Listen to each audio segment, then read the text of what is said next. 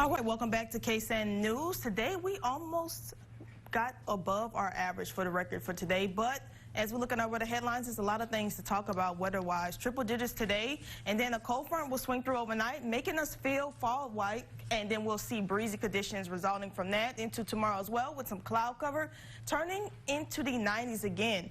Even though we'll officially be in fall Wednesday, we can expect us to go back into those low 90s. And today, we tied our record in 1953. This morning, we were definitely above average at 73 degrees. Didn't reach those 60s and didn't reach the 30s like in 1913. So looking forward to seeing some cooler weather over the next couple of days here for the Concho Valley. Right now, still feeling quite warm. 97 in Ozona, 100 in Barnhart, 104 in Sterling City, 105 in Robert Lee. Warm there up in the northern half of our Concho Valley, 102 in OHIV, 98 in both Menard and Eden. It's definitely really warm out, and we still have a heat advisory out until 7 p.m. for portions of Coke, Runnels, and Tom Green, Erie, and Concho County into 7 p.m.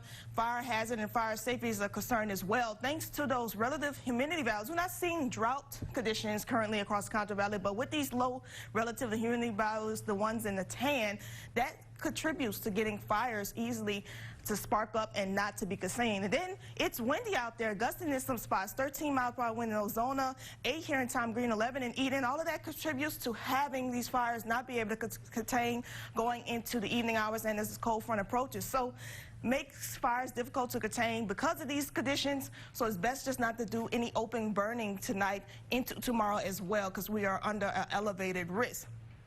Looking across Texas right now, it's warm there too. Dallas-Fort Worth at 102 like Wichita Falls. 85 in Marfa, Texas right now. 105 in Del Rio. 104 in Laredo. All of us seeing and feeling the heat across Texas. It's just been hot and windy because that trough axis is starting to push closer into our region. And what that's going to do, cause our temperatures to rise like it did. That high pressure is going to build behind it, and we're going to see less winds going to midweek into the weekend. Before next week, we could see another isolated chance of seeing some showers. Too far off right now, but what we'll focus on right now going into the next 24 hours, we'll get down roughly into the 70s and 60s like we did before, and keeping an eye out for partly cloudy conditions and an isolated shower or two as that cold front comes through overnight, bringing some cloud covers into your Tuesday.